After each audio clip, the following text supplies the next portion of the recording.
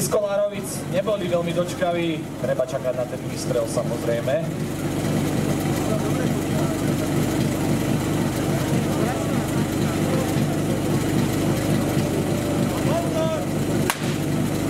Tá druhýkrát to vyšlo bez problémov.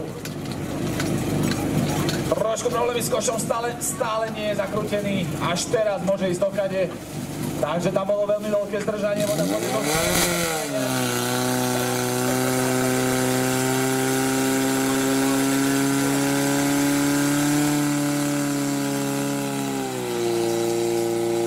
No a Kolárovice, centrum Gorastenci, 20 sekúnd, 678 000 výsledný čas.